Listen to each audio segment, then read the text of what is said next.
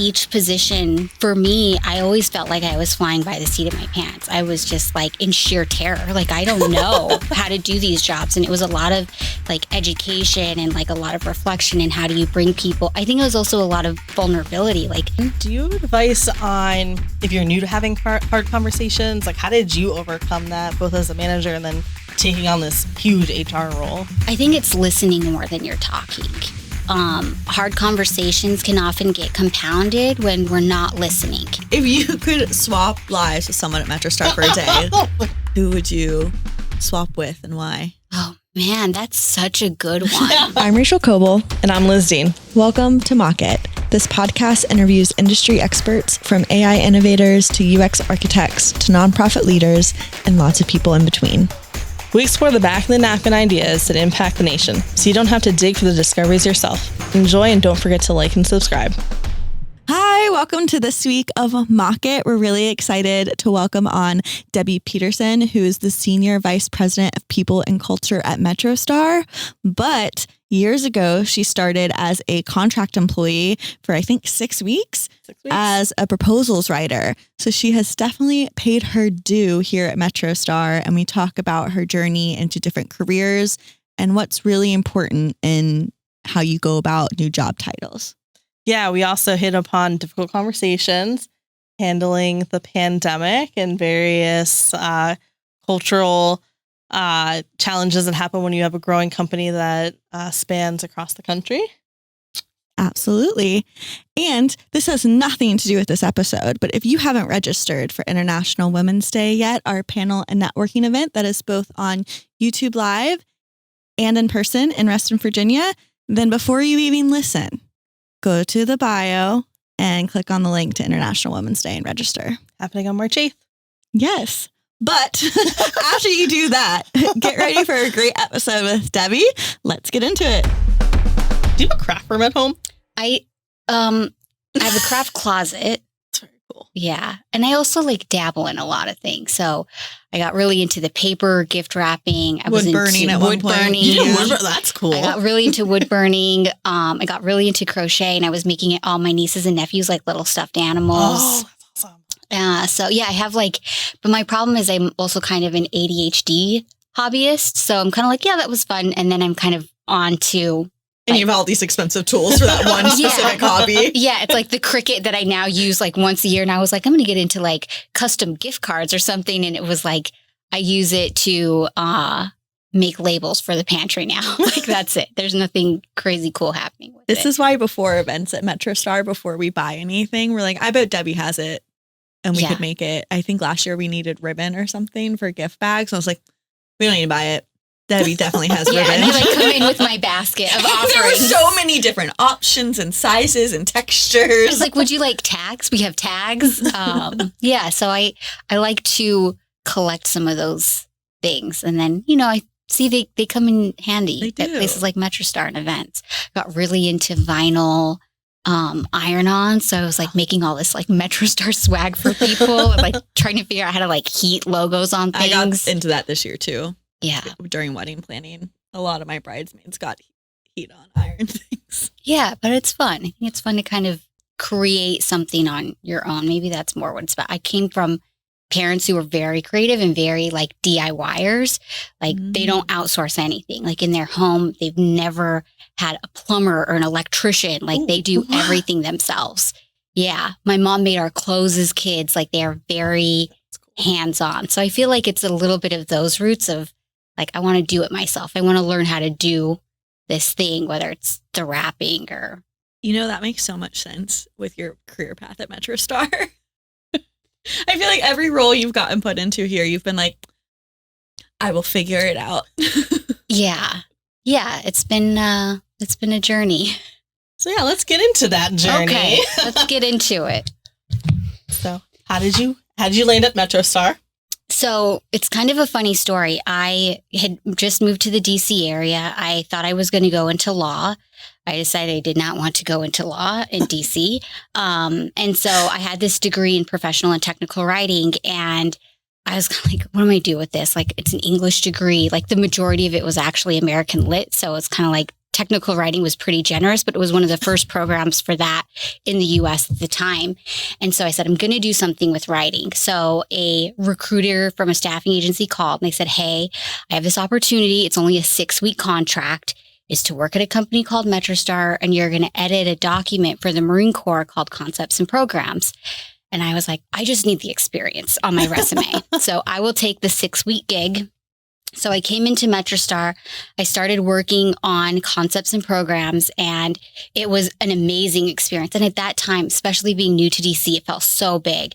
Like I had to go to Quantico every day. I had to interview these Marines, and they were putting all this content because they use concepts and programs to solicit funding in Congress, because it shows everything from like all the pieces of a tank to gloves to like kitchen stations and theater. Like where are all those pieces made across the US, and why do we have to keep funding them? Because it supports these economies at scale. So I did that for 6 weeks. It was a wild time, a very large document. And then at the end of that, someone came to me and said, hey, we heard you're really good with Word and really large documents, because you had to do a lot of cross-referencing and figures and like all the stuff that comes with a really complex document. So they said, hey, have you thought about doing proposals? And I'm like, I don't know what proposals are, but I would like to work for more than 6 weeks. So sure, I'll do proposals. And so I got my first foray into proposals. And when I started, it's like I didn't know anything. I didn't know what a pink team was. I didn't know what an RFP was. I had no idea how a company like MetroStar wins work. And so I got into proposals, which is another team, which I think if anyone does proposals know, it's a really like high pace, high demand, high pressure, Terrifying. very timeline bound. And it was like, your job is just to help us coordinate and then to help us edit resumes. And so at one time, I remember I had edited so many resumes for proposals. Like I would meet people and I would only know them by their resume. I was like, oh yeah, so you're the University of Michigan grad. And they're like, you're a stalker. But it was this amazing experience to see like from the inside, how does a company like MetroStar grow? Like, what does that take? What do you have to know about a customer? What do you have to know about capabilities? We were doing a lot of SharePoint work at that time. So I had to learn like, what is SharePoint? How are people using it?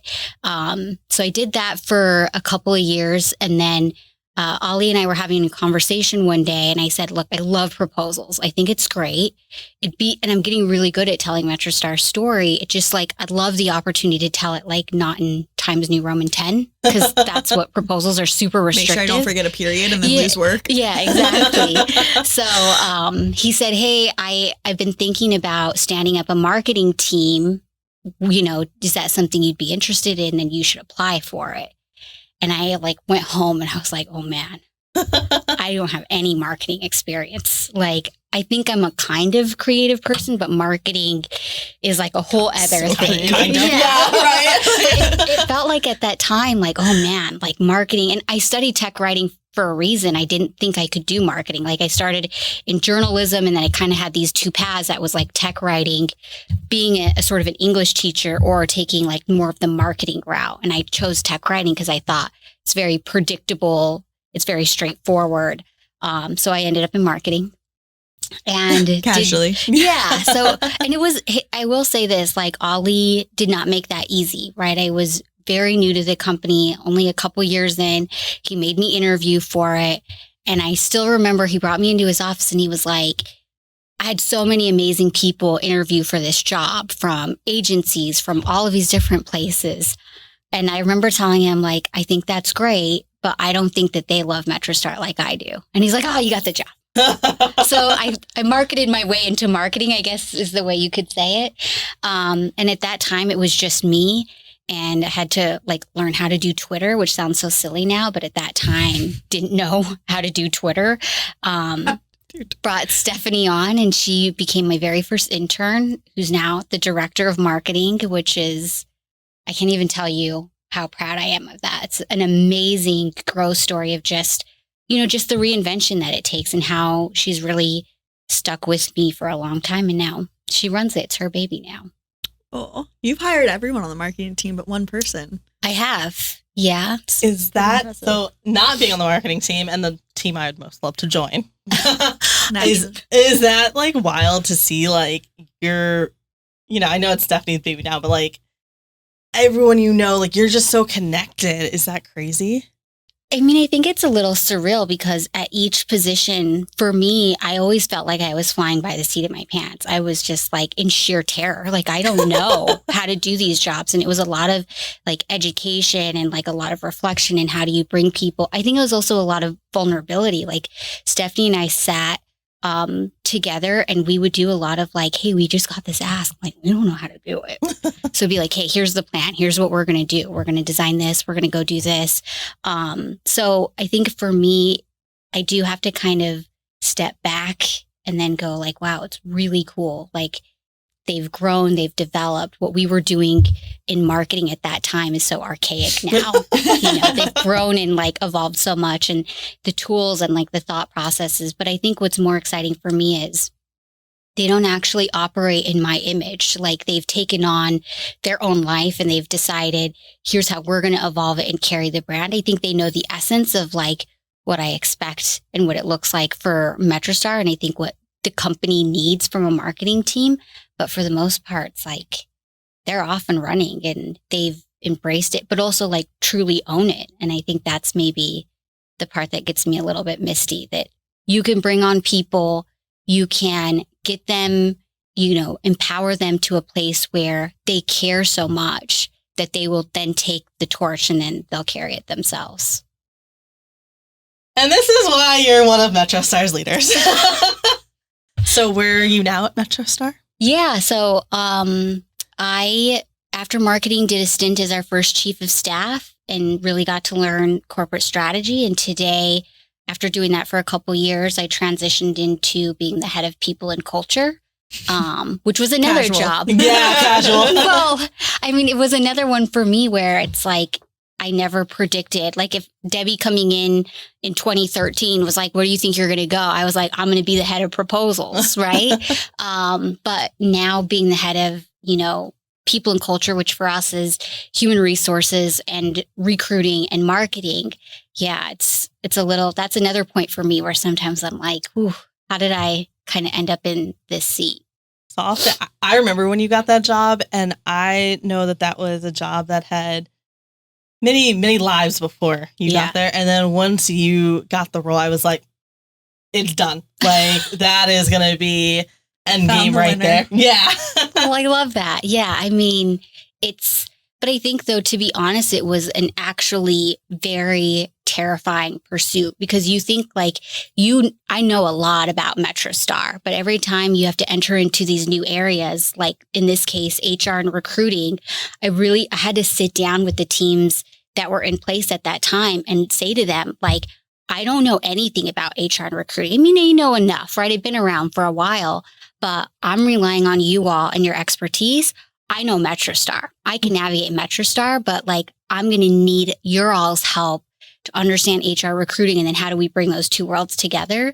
And that's a lot of having that moment with yourself and with others around you, I think was also key to that transition. Cause like you said, it's been an area that required people to evolve as quickly as the company was. And that's super challenging because the company is growing so fast. You're like, that leader that you were 6 months ago, you can't be anymore because now, you went from 300 people to 440 overnight. That requires new leadership, or you're now in a pandemic. Like HR just became like literally the most important people in the company because we're trying to navigate a pandemic together. So I think it was a little bit of raw honesty. And then I think it was a lot of creative problem solving. And I think it's a lot of people like you, Liz, like, even if you didn't say it, I think just kind of believing that, okay, I'm going to trust that we're going to go on this path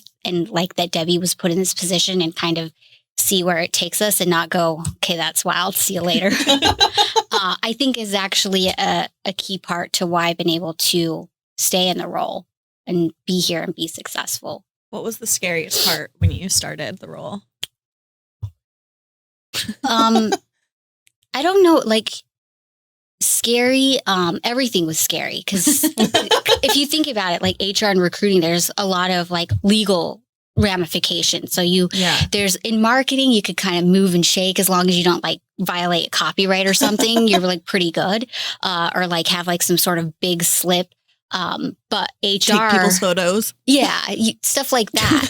Your boundaries are pretty clear, and you have a lot of movement in between them that you can take. But in HR, I learned really fast. Like every direction was like, that's going to get us in trouble. That's going to get us in trouble.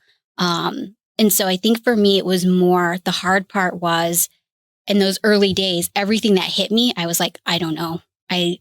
Here's a question. I was like, I don't know. Here's this other thing, and but I was super thankful to be surrounded by really smart people with really great experience that were like, okay, let's break it apart. Here's what we're going to do. Here's this new policy we have to put out, or here's this new law that we have to make sure. And then more importantly, to say like, here's how we can be creative in an area like HR. So it was overwhelming to just be like, oh, I don't know. And people would ask you questions like I had been an HR person for 12 years. And I'd be like, let me Google that real quick. Yeah. But I think the other thing that Ollie did, which has been instrumental, is he identified an advisory board member, which is Karen Wheeler, who was the former CHRO of SAIC. And so having that sort of just sheer support on the back end where I could call and say, hey, Karen, I have this happening. What do you think? Was an amazing resource to me, because I think a lot of it is you have to have the right people to bounce things off of and say, what do you think? Have you experienced this? What does this look like? And then how do we also still make sure we're doing things in the best interest of our people, which is, I think, the other scary thing to your point, Rachel. And I think that's not a new thing for me. That's an everyday thing of, if we make this decision, is it in the best interest of our people? And is it in the best interest of the most people possible? And that's a thing that you have to weigh almost daily. Are you ever scared people are going to message you? Because I feel like, unlike at other probably companies our size, it's pretty easy to get to our C-suite, like message wise. Yeah. No, I think I really appreciate it. I think a lot more people actually avoid me because they just, not in a negative way. I think they just think like, oh, she's so busy, I don't want to bother her. And so they'll go to other members of the team like Karen or Kristen first. So no. And then I do definitely have folks who are like, I have some thoughts and I want to share them. And I'm like, great, I would love to hear them. So I think being able to work through those as well, because you never want everyone to just come to you and say, I love everything you're doing. You kind of want those people who do say like, hey, look, I don't agree with this thing that's going on. I have some ideas about how we could make it better. So one of our tenets is having hard conversations with empathy. Mm-hmm. Do you have advice on, if you're new to having hard conversations, like how did you overcome that, both as a manager and then taking on this huge HR role? Yeah, I would say, I think it's listening more than you're talking. Hard conversations can often get compounded when we're not listening. We're not taking the time to like really hear somebody out, especially if it's something contentious. Like you have a perspective, I have a perspective. We're clear going into that room. We are not on the same page. But I think that as a leader, it's an art form to really say, I'm going to listen to Liz. I'm going to hear what she has to say. And I'm going to like rein myself in. I'm not going to respond. I'm going to not cut her off. I just want to hear what's going on. And then from there, kind of formulating. And I think the other thing I've had to learn is it's okay to maybe walk away from the table and say, I don't know enough yet to make a decision. I hear you. I hear what you're saying. I need time to process it and then come up with some ideas that I think that we could work through. Because I think especially in this world, it's like the transactions, people want them to happen fast, right? Like you want Amazon Prime, you want that at your door the next day. Which is crazy because government's historically slow. Yeah. But so I think a lot of that energy comes back into on the corporate side because you are kind of fighting against these other systems. So you want the system on your side, the corporate side, to work really quickly. But it's really just, you got to stop and listen because most of the time, you can get to that empathy place if people just genuinely feel heard. And you might not give them the answer they want, but they're more likely to understand why a certain answer is given because they actually feel like you heard them in the process. Nice. This is totally off track of where we were going, but I just saw this written down on my notes and I really want to ask it. Go for it. So you've had a lot of roles at MetroStar. Yeah.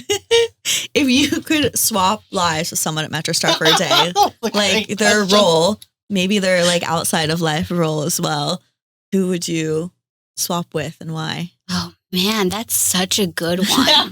Thanks. Well, I mean, I think there's a lot of people that for me, I'm just like genuinely curious about, I think like people like even the AV team that helps us with this, like I think the brain mechanisms that like help bring stories to life in video form are great. I think like our talent acquisition team is another one. I would just love to see a day in the life. I don't think it's like anything like what we think it is. And even like being the leader over them, I could definitely appreciate there's tons of stuff that I don't know about like what that day looks like and how it could be like a series of extreme highs and lows of wins and losses because it's recruiting and that's the nature of it. But a singular person, that's hard for me. You could cop out and say Ali. And I think I've worked with Ali for so long. I think I have a good idea. You know what his day looks like. I have a good idea of what that day looks like. It's so funny you said recruiting because that would be the one job that I'd be like, no, thank you. Yeah. I mean, it takes really special people to be recruiters. And to be like good recruiters who represent the company well. I'm going to have to think about that, Rachel. You know who else I think is really interesting though? Like interns. Like I would love, like we have this amazing cohort of students who have come in with Jorge Vasquez, who's our chief information officer, and they're coming right out of college. Mm-hmm. They're coming into MetroStar, they're coming into government contract, and they kind of get this interesting exposure to both like really high end, like how are we doing AI at MetroStar and like connecting all these systems in order to create faster intelligence for the company. And then they also get the experience of working with a customer like the Army. So I think like theirs would be fascinating. And also I think, a lot of them are Gen Z and I'm an elder millennial.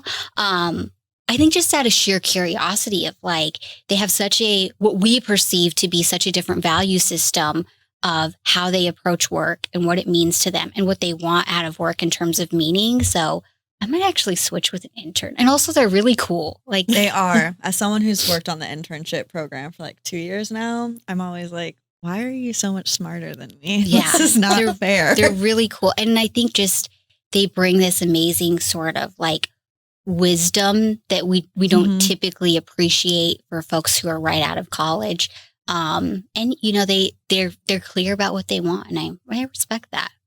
How has it been balancing different generations? Because you deal, we have a wide scope at MetroStar. Yeah. So we have 5 generations at MetroStar represented. And I think that it's, again, you'll hear me say this a lot. We really worked hard not to do a one size fits all, especially with teams, because even in those generations, if you start to break it down, you'll have people who are caretakers, people who are parents, people who are living here by themselves and have like no family in this area, people who are like totally isolated for those reasons. So I think it's a little bit of recognizing you've got to have programs that are aligned to each of those generations. Like your boomers are going to care more about like that retirement fund being secure. They want to make sure they have great health coverage.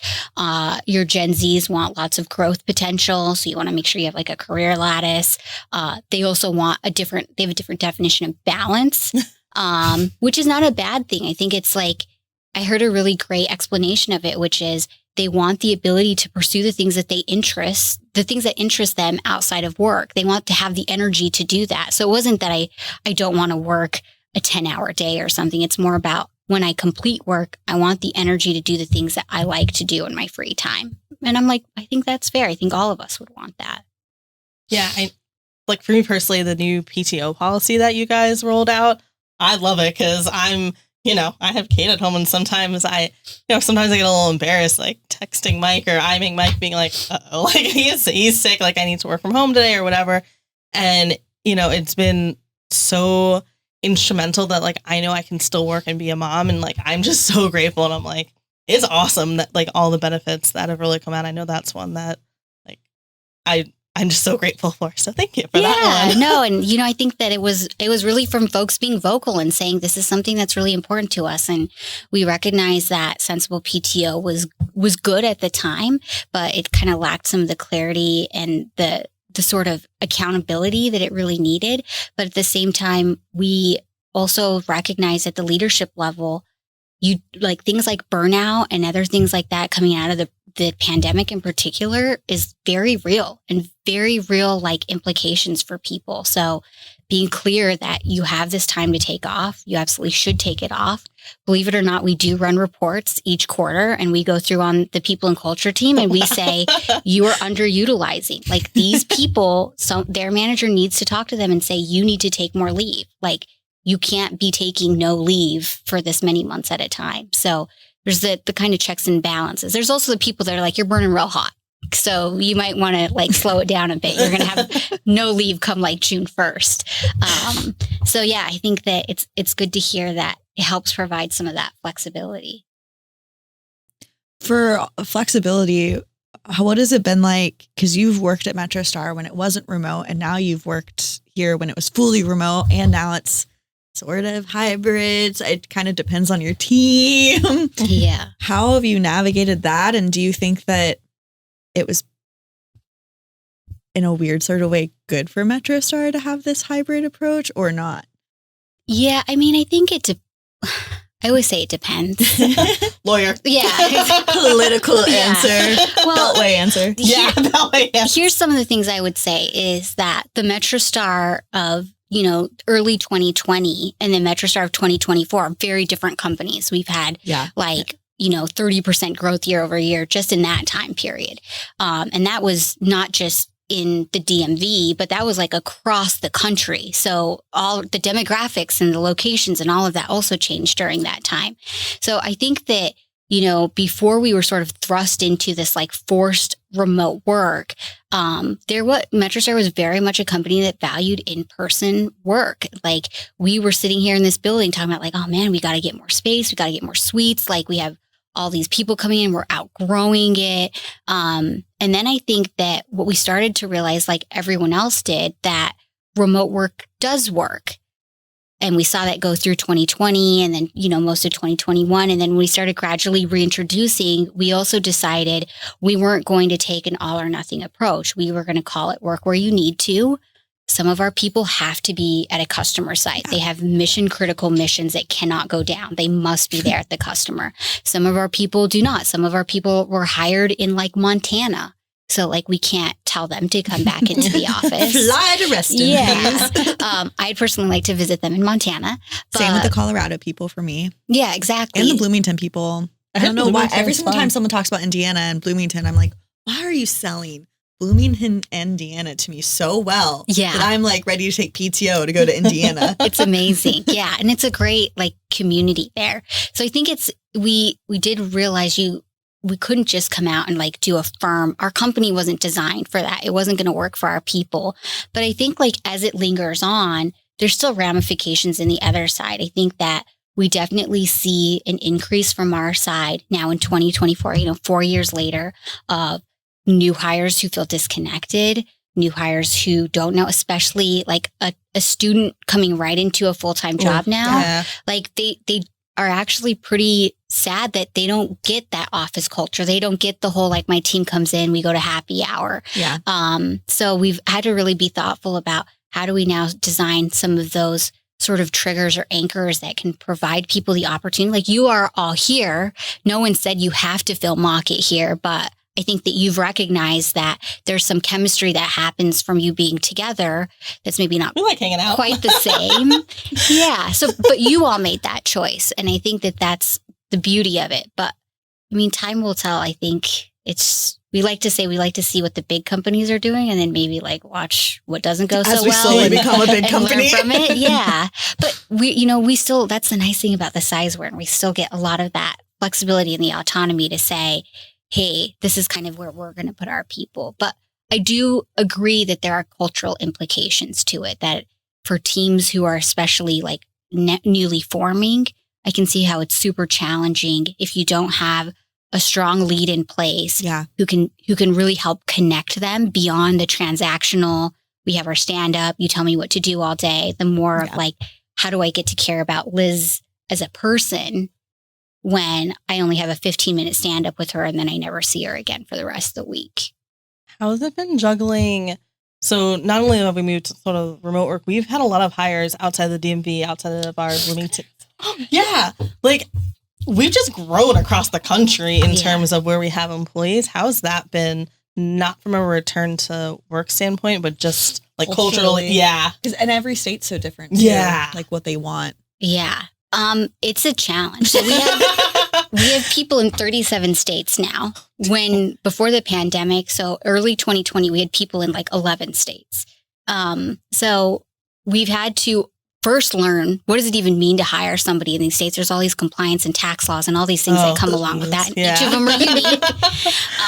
And then to your point, it was like, how do we look at what that means from a cultural perspective? So when we won our really big Marine Corps program, which has two big pieces to it in Indianapolis and Kansas City, we were like moving out with them. And then our PM was like, hey, time out, guys. Like, their value system is very different than a DC value. Because we were kind of rocking in there like, hey, yeah, this is how this is all going to go down. And our PM was like, we really like your energy, but the vibe is off, as the cool kids would say. And so we had to have some of that education of like, hey, these folks in these areas, their value system is different than a DC value system. And so how we do communications and team get-togethers and all those types of things are going to be a little bit different. So still very much like tethered to MetroStar, if you will, but it's what I would call is it's like its own sort of iteration of it that makes sense for them. And then for the other pockets, you try to look at it and say, you know, again, Colorado is different. And I think that they kind of want something different in terms of like what that looks like for their balance. Not to say that they're not working just as hard out there, but that's a much more like outdoor type life. We have someone in Portland, Oregon. Like that's a different the best person. Yeah. So I think it's a little bit of like learning from them and what they'll share. But I think that what they all have in common is they all want to be working for a great company. They want to feel valued in the work that they're doing, and they want to feel like there's a future in it. And I think if we stick to those three things, then yeah, we can keep getting states, and hopefully some days we'll do overseas work and things like that. But it was definitely an experience to go, oh yeah, we were totally putting a Northern Virginia, DC lens on people living in Kansas City who were like, that's not, we're not quite there. DC definitely has its own vibe. Yeah. You're talking about planning events and things for these people. What have been some of your favorite events that you've planned at MetroStar? Yeah. I mean, I am more of an event supporter. Shadi is definitely the lead on events at MetroStar. She's the social chair, if you will. I mean, I've loved everything from when we used to do trivia happy hours. Trivia happy hours used to be when everyone was in person. Like trivia was a thing here. I was too scared to join them because I'm terrible at trivia. Because I thought it was like the cool kids and the smart kids. And I was like, oh, but go team. No, it was so competitive. Loved trivia. Oh, that's good to hear. I'd probably get fired at trivia. No, you wouldn't. But there definitely the fun table. No, not when it comes to a game. I'm in it to win it. I'm only like that I'm very serious about Connect 4. Oh, see, that's a good one. Sorry, this is such a No, got off on you. No, that's a good one. Trivia one. So yeah, trivia was really good. We had a lot of those. I loved our 20th anniversary, like being a part of that. We have our 25th coming up, which is super exciting. And sometimes I think the events that I really love is just when like teams will invite me to do like a lunch with them and like sit with them. As the head of HR, there's a lot of like reservations that come with being invited to things. So people like, I'll get on calls with people and they'll be like, I didn't do anything. And it's like, no, I just really want to talk about this other thing because you're the head of HR now. And that can be sometimes jarring. So I love it when, people will just invite me to their lunches or like we have a state team that does a lot of get-togethers and they'll invite us out, which is awesome. I always forget you're the head of HR sometimes when I'm talking to you because you started as my boss. Yeah. And then I'm like, wait, I need to back up. Yeah, some people do. And sometimes I have to be like, I am the head of HR. I am. Don't tell me that story. But I think for brand new people, they're just, again, I think if they get a call from the SVP of HR, it's kind of like scary. I remember Karen put on an invite on my calendar right after I came back from parental leave. He's an HR person. Yeah. For those who don't know. Yeah. And I was like, oh my God, HR wants to talk to me. Like, what did I do? Did I mess something up? Yeah. So then I called her back and she's like, hey, how's it being a new mom? And I was like, oh my God, this is like so less stressful than I thought this conversation was going to go. Yeah. It's a thing. It's the thing that would be the thing I didn't expect was going to come from Sometimes being when in people HR. just text you hi and you're Yes. like, Or like quick chat. Yeah. Oh, man. She used to do that all the time. And then I learned because I did I think Allison and I were like, I gotta change my shirt. Someone volunteered as tribute and was like, hey, Debbie, It's probably Allison. when you write chats that just say, hey, and then you get distracted and you don't respond for 5 minutes, it makes us all very stressed. So I'm like, hey, or now I'll say like, because I used to do this thing too, because I got really excited in remote where I would just call people. Like I wouldn't ask to call them.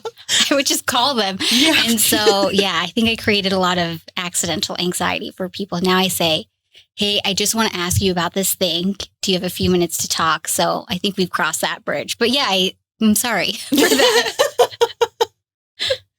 Is there anything for anyone who's listening, is there anything that you really want to share about your career or about growing in multiple different careers in the same company that you would want to share?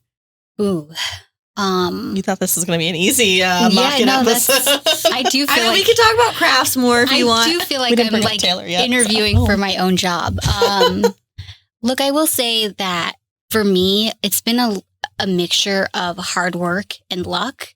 But also for a lot of the major leaps that I've made, it was because somebody else looked at me and said, I think you would be really good at this, because I've always I want to be super good at that thing that I'm doing. Like when I was in marketing, I was like, I'm going to be the best marketing person. And then as chief of staff, I was like, I'm going to be the best chief of staff. And sometimes, that would make it so I wasn't necessarily like looking towards the horizon. I was just like, this thing that I'm doing, I want to be the absolute best at it. So it took other people kind of approaching me and saying, hey, I really think you should consider doing this job. You should take it on. And then me saying, okay. First, kind of like that heart jolt a little bit, but then kind of stepping back and saying, clearly they see something, and I need to trust them and kind of just take this leap and see where it takes me. It's like, what's the worst that can happen is you could really fail miserably and not be at MetroStar anymore. But at the same time, I kind of was like, maybe that's part of the beauty of the experience. So my two things I would say is like, listen when other people share that, because genuinely most people really mean it when they see that potential in you. And it can even be in small things. Like not all of it was like, hey, come be this leader of something. Some of it was just like, hey, we need your help telling a story about how we implement X and Y technology. And I was kind of like, I don't know if that's me, but I will sit at the table. I don't know what that technology is right now, but I will Google it. Yeah, I will. And that's the other piece. And you've said it a couple of times, Rachel, but it's also that curiosity piece of, okay, I don't know what that is, but let me educate myself really quickly, and then also be honest and be like, yeah, I'm not sure what you guys are talking about, but keep talking and I'll figure it out. So this whole, as I'm listening to you, the one word that keeps coming back is vulnerability. Like you've been very honest about how vulnerable you've been as you've done each of these leaps. What advice do you have for people with being vulnerable? Because I think sometimes it's like, oh, can't be vulnerable. Like have to go in like I look Girl perfect. boss. Yeah. Yeah. I mean, look, vulnerability is a scale, because I also think for me, I was always in positions that I knew very well. There was a lot of people that did not believe I should be in them because I wasn't qualified. I did not meet the qualifications on paper to sit in a number of these roles. So I think it's a mixture. I think for me, I had to recognize which people it was appropriate to be vulnerable with and which people really needed to see like strength and consistency. So it is, I think in this forum, right? Like this is right because we're kind of reflecting, but if you're doing something hard and you're rolling it out, I would never go out to the company and be like, I don't know what I'm doing, but I hope this works for us. So I think it's that art of really working to back yourself up. And then you get those wins, which help create confidence from people. But I've learned that you can't necessarily be vulnerable with everybody. And then there's different tiers of vulnerability, right? And I think that coming back to Rachel, her and I relationship started again, more of that direct supervisor type relationship. And it was important for her to trust me as a leader. So I couldn't have been all vulnerable, because then she would have been like, look, I left this wild situation and now this feels like a wild situation. I was jobless when you hired me. So yeah, which was a wild situation. But I think it's understanding when to and when not to is what I would say about vulnerability. Like, there are definitely times when, like, I know everyone hates the girl boss term. I know it's very aged, but there are times when they need to see you as a strong leader who has put it together and who's going to like help own and drive this thing through. And then you have smaller pockets where you can say, listen, this is kind of scary. Can we talk about how we can work together to get to that place that we may not be yet? As someone who watches you give messages, you come across very confident, and I think you've been put into, especially the pandemic with vaccines, with mandates that were going around the government and stuff like that. Liz just took me back. I'm like sweating. Yeah, you were so confident in everyone was so confident in the messaging that went out across the company. It was a good PowerPoint. Yeah. Yeah. Listen, PowerPoint is one of my top 3 traits. Please endorse me on LinkedIn. Yeah, I think, Liz, for that, that was a really scary time. And then it was also highly contentious, right? Like, a vaccine mandate for COVID-19 was going to be everyone was going to have thoughts and feelings about it. So to do that one, we had an entire war room here where we had printed off every mandate from every agency. We had all of the research. We had like human resources law. Like, it looked like something out of like CSI, like just paper everywhere. So I think some of that messaging comes from, like, we invested heavily in saying, here's all the ways that this has to roll out. Like, here's what we have to do. Here is what our people are going to demand of us to navigate with them. And it's just, I feel like you almost couldn't be over prepared going into that. You had to think about, here's all the possible outcomes. You're going to have somebody who literally quits their job over this. What are you going to do? And so we ran that path. And then it was like, the easy one is like, sure, here's my card, I'm good. But then it was like, now you have medical information. How do you have to store that? Yeah. So for us, it was, and for things like that, and it can even be something like changing PTO. It can be like rolling out our career lattice. We spend a lot of time behind the scenes, just like architecting, researching, putting it together. And then I have to run sessions with like the executive team. And actually they're the harder buy-in, right? To say, here's where we're going. You all have to help champion this across the company. And so you have to do that education with them and then kind of trickle it out. But I appreciate you saying that. It was very impressive. Yeah, you were so confident going into that. It was very impressive. You're like the Leslie Knope of MetroStar. Oh, no, I'm 100% the Leslie Knope.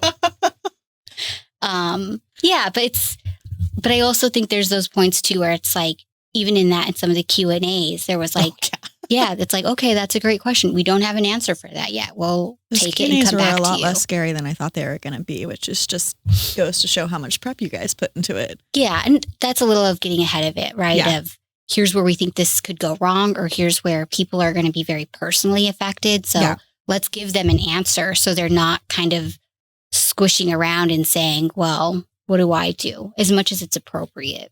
Yeah. Very impressive. And then I know we're coming up on time, and as we all know, you're a very, very busy woman. I think one of my last questions, it kind of goes into some of the things we've talked about, but really, I guess it's more of like a personal question. What is something when you're interviewing people, which I don't know how many people you interview for jobs? Tons. Okay, Tons. Cool. What is like one question you always wish they would ask you, but like a lot of people never do? Question today, Rachel. Something I wish they would ask me. I don't know if I've ever thought of that actually. Yes, you have, because you told me once that you wished I would have said something. Did I? What did I tell you? I'll tell you after you answer. Okay. I've interviewed a lot of people. Not that yours wasn't memorable. Question I wish they would ask me. I always appreciate when people ask questions that it's very clear, like they've done their research on the company and on MetroStar. I've had interviews where some people were like, "Who are you again?" And like, it's kind of like, I know you're interviewing a lot. Like, at least make it sound like this is the job you really want. So yeah, any question that sort of reflects it, like sometimes people will have like looked into my LinkedIn background and they'll say something like, tell me like what it's like to be a first generation person. So I like that question because I think it shows like that they've done their research. So I guess my short answer would be anything that really shows that they've taken their time, and not just about me. It's like less about me. It's like, have they learned about the company? And we have a lot out there. We're very generous with the information that we put out. Yeah. I think I have a lot more questions that I wish I would ask people, partly out of curiosity and partly because there's just so much that comes with changing your job and like making this new leap in investment with a new company to put your career into, that I often leave interviews and like, oh man, I really should ask that question. What did I ask you? Well, now I'm also interested. Yeah, I guess it wasn't so much of what I could have asked. It was what you wanted the answer to be. You'd ask like, where do you see yourself in 3 or 5 years at MetroStar if I give you this job, or something along those lines? And I don't even remember what I said. And I think like a year and a half later or something, we might have been at a happy hour. You were like, I really wish, and I always want someone to say this, I want them to be like, I want your job in 3 to 5 years. That is true. That is true. And I'm glad you brought that up. I forgot that. I haven't. I'm already brought the anxiety and out. I wanted to be like, Debbie, I do not want your job. Well, I mean, here's the thing. When I do think that the 3 to 5 year question is a little bit loaded because most people aren't really planning out that far. And you want them to have some flexibility, especially in a growing company. Like if they come in and they're too stern about what they're going to do, it's like, listen, we need a little movement, right? Like you may be disappointed. You're not going to be the CEO in 3 years. But I do think that what's interesting about why I said that to Rachel in particular, because Rachel was so confident going in. And she was like, here's what I'm doing. And then like, there was some lapses in communication where I'd be like, listen, I'm not sure what we're doing. Stephanie and I were going back and forth. And Rachel was back in. She was like, hey guys, here I am. Like, I'm just wondering what the next steps are. And I was jobless. I needed them to answer me. So I think that when I say that, like someone wanting my job, it's that like that kind of like that raw ambition that is like, listen, like I really see myself growing in this company. Like I want to be the lead. I want to go after that. I've always respected that kind of energy because I also think it's pretty brave to do that. Now, if you do it, you're going to have to back it up. But yeah, I mean, Ali and I over the years have often spoke about that. Like, it's nothing off me. Like if you take my job because you're better than me, I actually love that for you. Like, and that also means it's a great thing for MetroStar because now they have this super rock star who is leading in whatever capacity. So yeah, I definitely told that to Rachel. I'll never forget it. We built a little social equity before I was like, by the way, you should have told me you wanted my job. Yeah. It wasn't like a weekend. No, the first thing Debbie made me do was work on a proposal. Yeah. And I was like, I don't know what a proposal is, but let's do it. Yeah. We did a lot of those types of things. But like, I mean, if you look at it now, right?